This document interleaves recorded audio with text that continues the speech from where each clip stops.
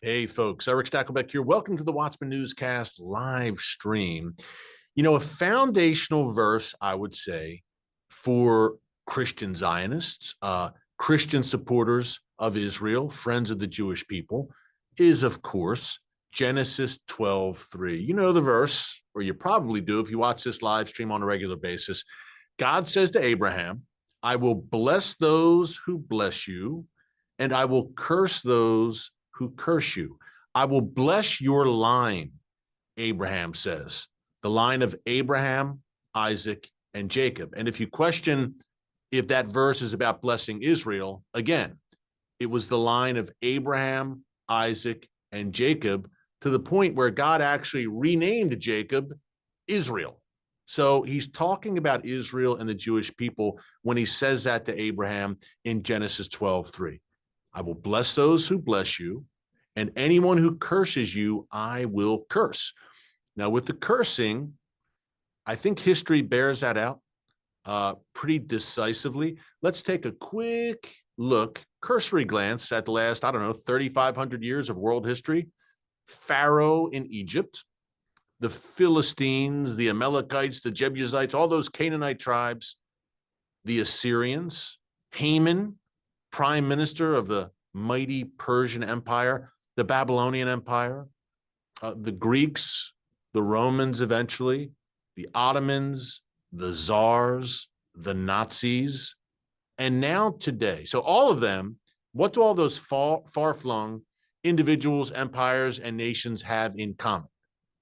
All of them, at one time or another, came against Israel and the Jewish people. And all of them were utterly defeated and eventually will end up in the ash heap of history. Unlike Israel, which against all odds continues to not only survive, but thrive. And they've outlasted all of their enemies. But it's a coincidence, I'm sure, or not. God is a promise-keeping God. He made eternal covenants with the nation of Israel. And if he breaks his promises to Israel, what's to say he wouldn't break his promises to each of us? Which brings me to today. We'll call it the Genesis 12:3 principle, the Genesis 12:3 effect. I'll bless those who bless you. I'll curse those who curse you. And I bring you the Iranian regime and its ring of fire. Now, Iran's struggles, self-imposed and self-inflicted, ultimately, we have well documented them over the past several months, really over the past 2 years, since the October 7th massacre carried out by the Iranian proxy Hamas. Hamas, Hezbollah, the Houthis, Hamas and Hezbollah in particular, in dire straits. I mean, severely, severely diminished, smashed. The Houthis licking their wounds now in Yemen. Assad in Syria, he's gone. The Shia militias in Iraq have been quiet. All of Israel's enemies have been essentially smashed. That Iranian ring of fire is a smoldering heap of ruins. Iran itself, smashed in the 12-day war back in June. But here's the key, and we're going to get to the drought, a drought of biblical proportions hitting Iran right now. Here's the key. None of these bad actors, these anti-Semitic, anti-Israel actors, demonically driven, by the way, none of them repented. And Iran, even after the 12-day war, where its nuclear facilities, Israel, the United States, President Trump got involved, made the bold decision. Those beautiful B-2s, as he said, took care of business, destroyed those Iranian nuclear facilities, and Israel hit them as well. And Israel, of course, did major damage to Iran's ballistic missile stockpiles, its ballistic missile launchers, eliminated dozens of top Iranian military leaders, Iranian nuclear scientists. Iran suffered heavy, heavy blows in the 12-day war. Egg on their face, embarrassed in the eyes of the world, all of that bluster for 46 years, those threats, the bluster, at the end of the day, the Iranian regime was a paper tiger. And they were exposed for all the world to see. So you would think after that demonstration of Israeli military might and American military might, the Iranian regime clearly outmatched. You would think they may keep their mouths shut for a while, be wise and just lay low. But no, as we've documented here in the live stream over the past few months, Since the 12-day war, Iran has gotten even more arrogant, more boastful. They're levying even more threats against Israel and America. Evil is relentless until it is utterly crushed. And evil also invites, eventually, judgment. And you could say the collapse of Iran's ring of fire, its proxy network, is one form of judgment. Iran's nuclear facilities being destroyed, its military leadership, its military capabilities being severely, severely diminished, another form of judgment for coming against Israel and the Jewish people so viciously for 46 years. And by the way, key point here, it's not the Iranian people. And we've said this often here. Look, the Iranian people, a great people. Look at the Persian Empire from your Bible. We're talking 2,600 years ago, 2,500 years ago. We're talking Iran being a Bible land. Remember, modern Iran is ancient Persia. That's what it was called in the Bible. We're talking Mordecai, Esther, Darius, Cyrus, the stories of Ezra, Nehemiah, all revolving around the Persian Empire. Iran is a Bible land, and right now, and we love the Iranian people, right now, Iran is home to the fastest growing church in the world, largely underground, of course, because you can't stop the gospel. History's proven two things, really, that you can't destroy Israel and the Jewish people utterly, like anti-Semites today still want to do, and you can't stop the gospel.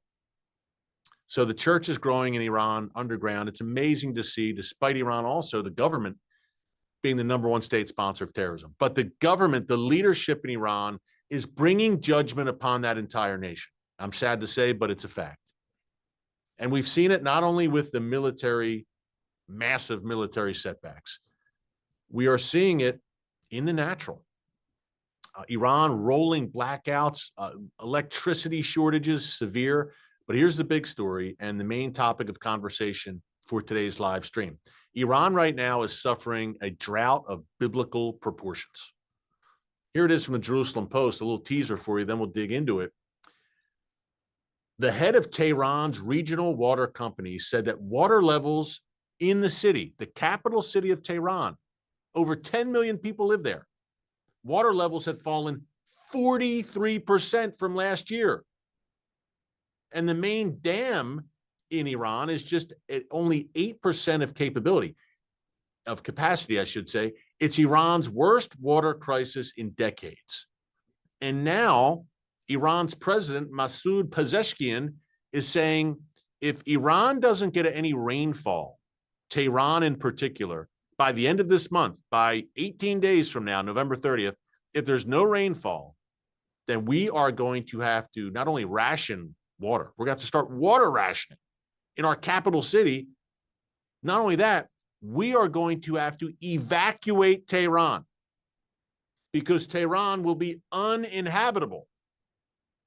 Now, I pose this question to you. #1, pray for the people of Iran. Again, 80%, I believe, the Iranian people, a poll showed after the 12-day war, roughly 80% of the Iranian people detest this regime. The main victims of the Iranian regime are the Iranian people. They've been under the jackboot of the Ayatollahs, this modern-day Nazi death cult, demonic death cult, a jihadi regime for 46 years. Imagine that, since 1979. And remember, prior to the Islamic Revolution in Iran in 1979, Iran was a friend of Israel. Yes, I said it, a friend and ally of Israel and the United States. So pray for the people of Iran as they suffer, and I do mean suffer through this because of the regime. What's that proverb? When evil men rule, the people groan. And we're seeing that right now in Iran. But I want to dig into this more. Is this a prophetic implication? What do you think? Comment here. Leave a comment. I love to always get the insights of our watchmen and women on the wall. And by the way, there's close to 1.1 million of you subscribing to the channel. If you like what you're hearing, current events, breaking news, mainly from the Middle East, but we go around the horn. I mean, we're talking Russia, China, Europe, the United States, and beyond. Be sure to subscribe and click the notification bell so you get alerts every time a new video is posted. Love you have you here as a subscriber, and leave those comments. What do you think of this? Is this the Genesis 12:3 effect? the Genesis 12:3 principle in action. Let me know what you think.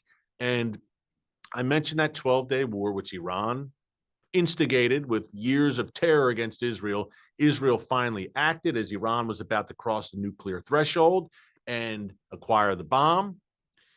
Well, Iran, during that war, launched dozens of ballistic missiles at Israel, killed several people, destroyed buildings. It was a nasty scene. And Magen David Adom, our dear friends at Magen David Adom, they were there on the front lines. Every time a missile fell, Magen David Adom ambulances were on the scene. They were first on the ground. They are Israel's first responders. They are Israel's emergency services system. They are our partner for today's live stream. SaveLivesIsrael.com. It's SaveLivesIsrael.com. Genesis 12:3, the Genesis 12:3 principle. You want Genesis 12:3 to bless Israel? Stand with Magen David Adom, because they are dispatching every ambulance in Israel. And they receive thousands of emergency calls every day, especially, of course, since October 7th, when Israel has been waging a 7-front war against its enemies. They collect, process, and distribute the nation's blood supply for both civilians and the IDF. And folks, get this. They're doing God's work, is Magen David Adom. Again, it's SaveLivesIsrael.com. And it's a 90% volunteer force. 35,000 EMTs, paramedics, first responders. They're all volunteers. They don't get paid for this. They're doing it literally out of the goodness of their hearts and to help their fellow countrymen and women. And what a price they've paid. Over 30 Magen David Adom volunteers have been killed in the line of action since October 7th. Over 17 ambulances destroyed. This is a worthy organization and then some. I urge you to support them. SaveLivesIsrael.com. You want to bless Israel, fulfill this principle we're talking about? There you go. I can't think of a better way to do it. SaveLivesIsrael.com. Magen David Adom. Let's dig into this drought. And we're praying that Iranian lives aren't lost, the Iranian people who, again, are suffering for the wickedness of their leaders. Here's more. Pezeshkian, Iran's president. Remember, you've got the supreme leader, Ayatollah Khamenei. Pezeshkian is the president. The president of Iran is more of a figurehead, more of a, I don't want to say a ceremonial role. I think it's a little more serious than that. But look, Pezeshkian many times is the guy who's traveling. He's traveling to foreign capitals, meeting with foreign dignitaries and world leaders. The Ayatollah does not travel. He'll receive foreign dignitaries at the palace in Tehran, but he doesn't travel. So Pezeshkian, in many ways, is oftentimes the face of the regime. Here's what he said just 1 week ago, November 6th. Even if we do ration, it seems like, look, we're going to have to ration water either way.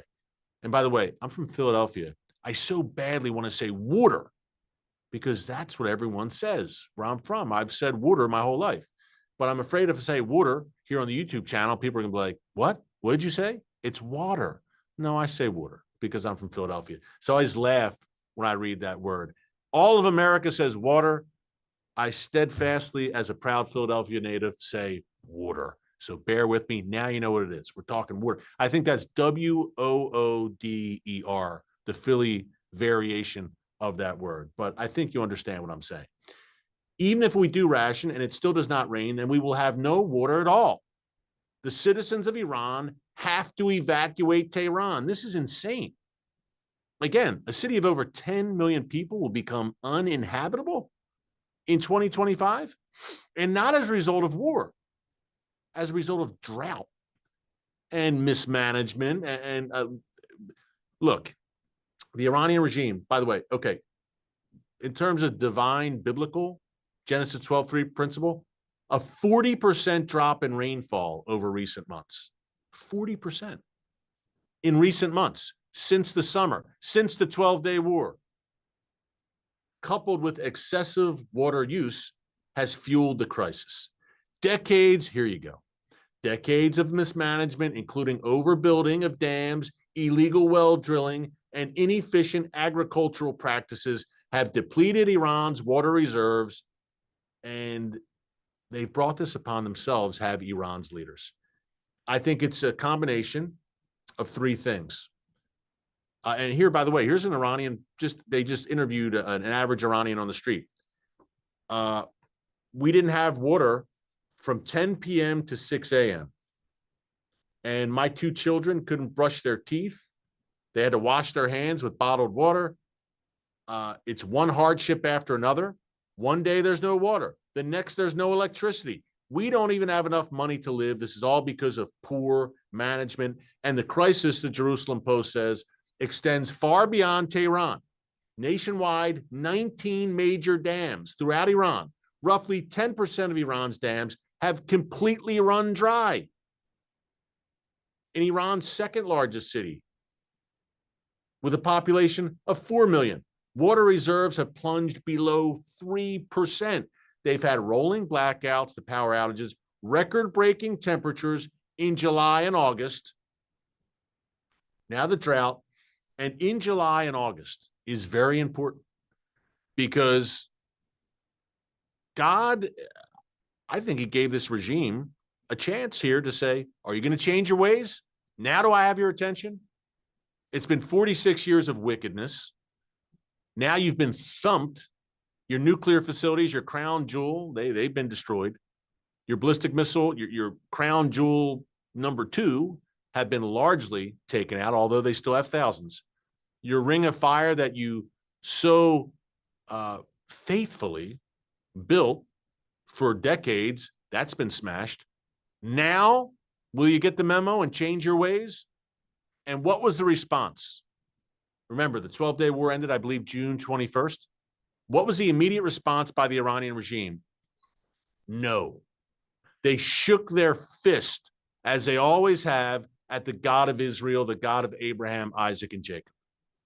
They shook their fist, they doubled down, they dug in, and they said, no, we're going to double down on the wickedness and the evil.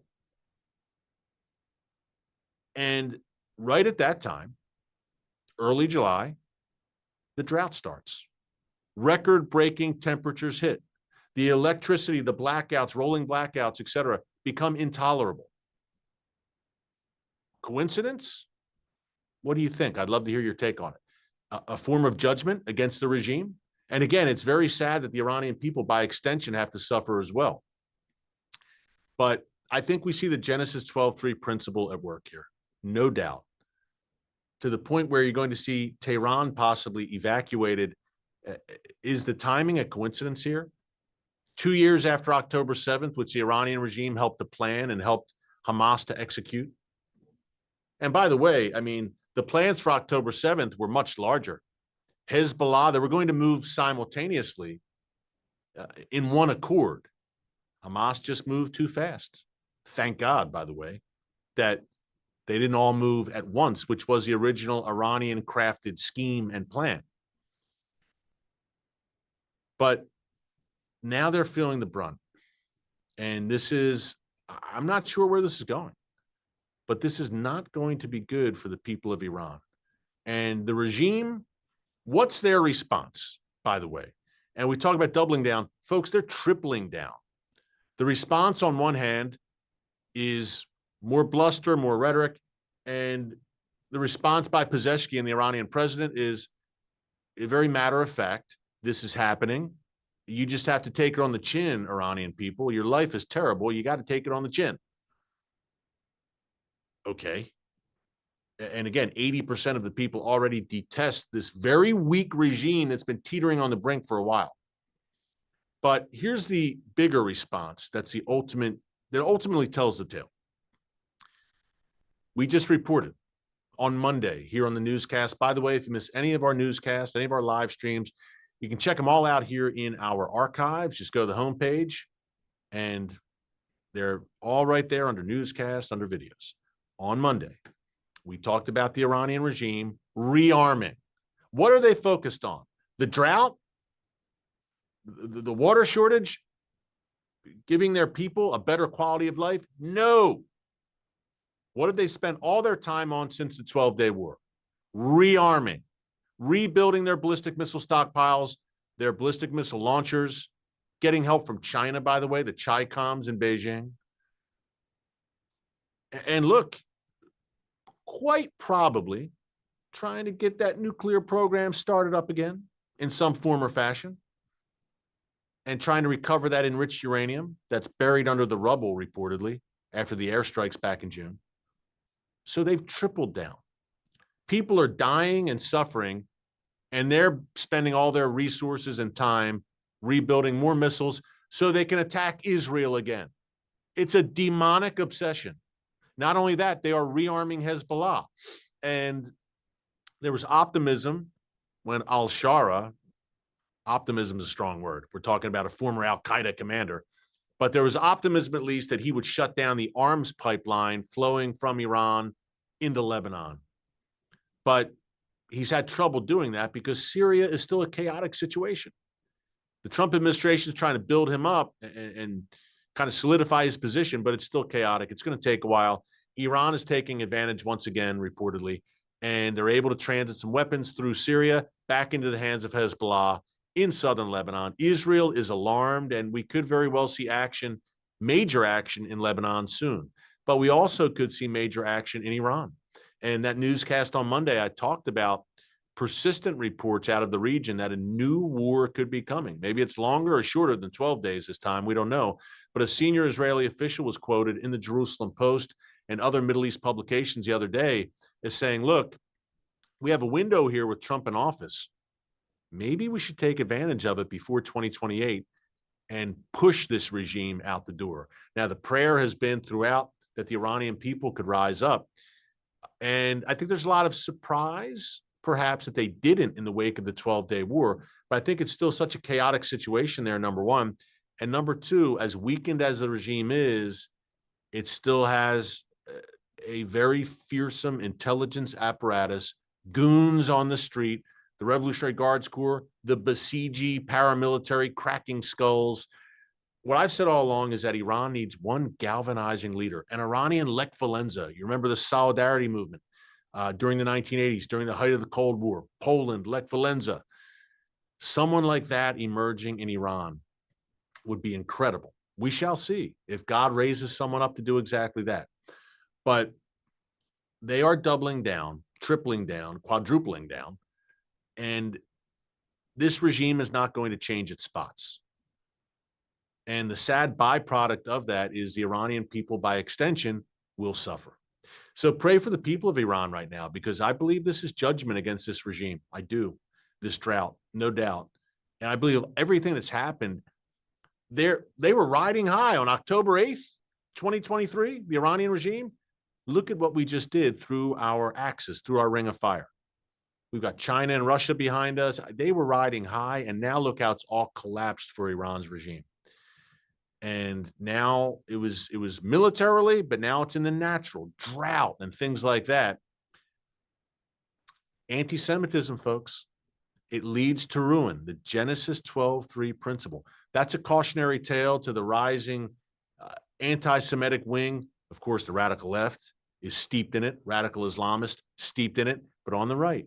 And I did an entire live stream last week. Tucker Carlson, Candace Owens, and that crew, which is viciously, I don't say that word lightly, anti-Israel. And their platforms have become clearinghouses for anti-Semitic conspiracy theories.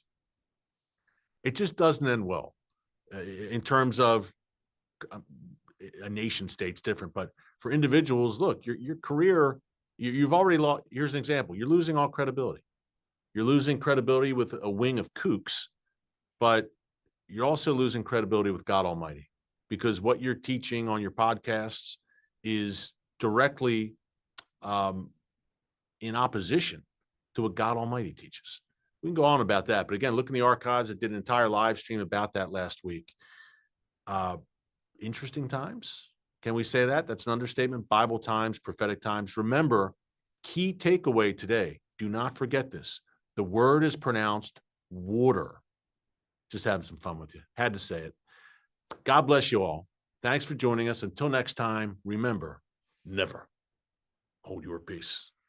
Hey everyone, thanks for checking out the Watchman Newscast. Make sure you hit the subscribe button so you never miss an upload, and tap the bell icon so you're notified every time a new video is posted. And don't forget to share your thoughts, insights, and comments below. Thanks for watching. We'll see you back here tomorrow.